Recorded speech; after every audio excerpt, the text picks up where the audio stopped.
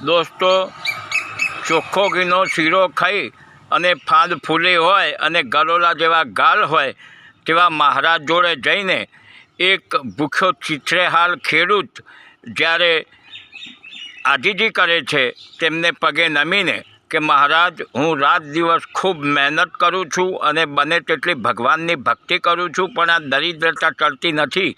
ત્યારે મહારાજ જોડે કહેવા માટે 4 શબ્દો જ છે. મહારાજ કહે છે કે શાંતિ રાખો, દુખિયા ભગવાનને વાલા છે. ભગવાન તમને દુઃખની ભઠ્ઠીમાં તપાવીને શુદ્ધ અને સુવર્ણ જેવો બનાવી રહ્યો છે. મૃત્યુ પછી તમને સ્વર્ગમાં બોલાવી લેશે.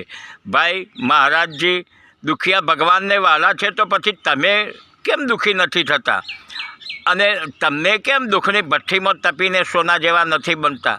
શું કામ તમે ગરીબ ભૂખ્યા ખેડૂતોને, ભોળા ખેડૂતોની આંખે ઊંધા પાટા બાંધીને છેતરવાની વાત